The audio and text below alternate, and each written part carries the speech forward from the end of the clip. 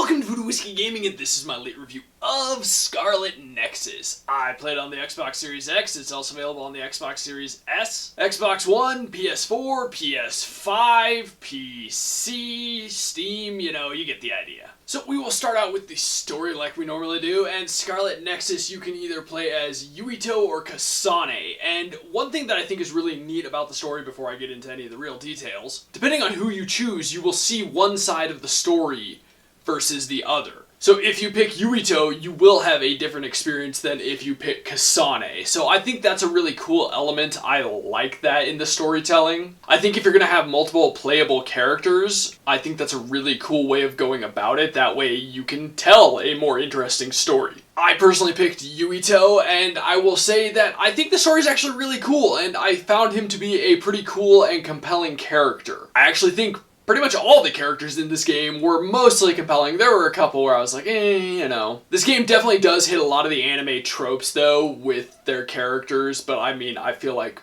a lot of games hit those tropes. So Yuito joins the OSF, and they're very much an anime military unit, which is, they use swords and special powers. I do think that is cool, because apparently in this world, pretty much everybody has special powers. There are people who are born without them, but they have unique special powers. Some people will have psychokinesis, some will have, electrokinesis, pyrokinesis, etc. But the OSF's main goal is to defend society against these monsters called others. But it gets way crazier and deeper than that, and there's a rebellion, and then all sorts of coolness goes on, alliances are split, etc. And I'm not going to go into all the details, obviously, but I will say I found the story really compelling. I was actually really impressed with the story. There are times where games like this, the story doesn't mean shit. There is this story moment that I absolutely love, though, because it addresses basically every plot hole. It's at a moment where you're about to fight a former ally, and they tell you to shut up because you don't know anything about anything. To which Yuito responds, "Then tell us, we don't know anything because you won't tell us." And I just love that because it was almost meta, because I was thinking that so frequently in this game. But I think this was a really good story. I think the story is actually a very strong point in this game. Let's get into the audio, and I'm going to say the music is good. It's very much what you would expect. Once you see the world you're in, the music fits it very well. That being said, it's not a soundtrack that I'm going to remember down the road, so, take that as you will. I think that's true of a lot of soundtracks, honestly. As for the sound effects, they fit the anime style of the game. They work well. I didn't really have any issues that I can think of with sound effects or missing sound effects or anything, so that's always good. Then you've got the voiceover work, which I gotta say is actually good. I think it's well done voiceover work. We've seen anime games before where the voiceover work is just trash. They don't really do a good job regionalizing it, and for the US region, they did a good job with that. But let's get into the gameplay mechanics, and this is a third-person action RPG. How does that work? You basically explore certain zones at a time, and then you will get locked into specific areas in those zones for combat when the monsters pop up. And I gotta say, I think the combat works well. I don't think it's the strongest thing in the game. I definitely feel like they could give you a lot more enemies. Even just a variety in visuals of the enemies would have been nice, but a lot of the enemies, you beat one, you know how to beat them all. There are the occasional bosses where those can be a real challenge, and most of those feel well balanced. I did run into a few where I felt the bosses weren't well balanced. There is some depth to the combat, but I don't think the combat is the strongest point in this game. I think it is a little simplistic. I do think they do some cool things where you can have a squad of 4 people and only 2 of them will go into combat, but you can borrow the powers of the people who are in combat or aren't in combat with you. So you have somebody with pyrokinesis, you can borrow that pyrokinesis and, you can use it to exploit an enemy's weakness, etc. I thought that was a really cool element. I liked it. I think they did a good job implementing that. And I think they did a good job providing enemies where you do need to use the different abilities, but like I said, there's just not enough variety. There are also these, kind of downtimes in the game in between, the chapters where you can build your friendships with the other characters. And when you do that, there is actually a benefit to it because their powers will become greater, and when you borrow them, you'll get basically more power out of their powers. Just overall, I liked what they were doing. I just wish the combat was a bit stronger.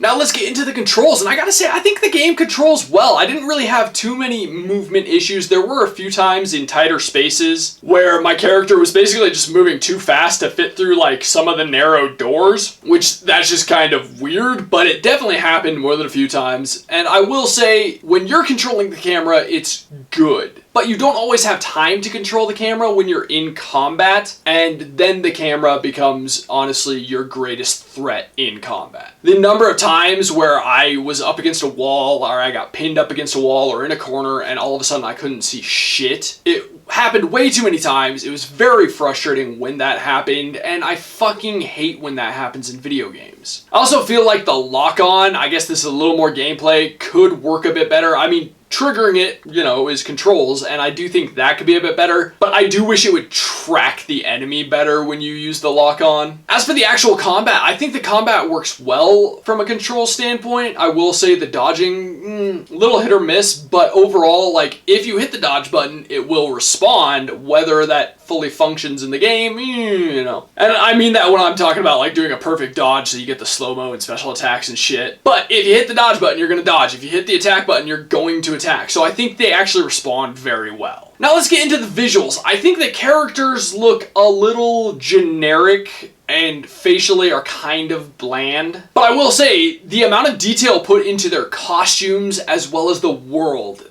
that actually really impressed me. Like, when I first started exploring even just the first area with no combat, like the city area, I was really impressed. I really liked the design of it. Pretty much, not every area, but most of the areas I went to, I was really impressed with the amount of detail in the area, as well as just the design of the area. You get the vibe you're supposed to get from that area when you're there. And you get it instantly because they did such a good job, because they add so much detail. They really did build a fairly unique looking world. I was just really impressed with all of that, and I think like having the amount of detail they do in the world really impressed me, because I've seen games that were trying to be hyper realistic that don't land that amount of detail. So to have that in an anime cartoony style looking game is just really awesome. I'm a big fan of it. It impressed me. But I also want to say, the creature design in this game, the design of the others is fucking weird, man. Like, we're talking like a lady's legs with like a corset body, no arms, and the head's a fucking bouquet of flowers. What the fuck drugs were these artists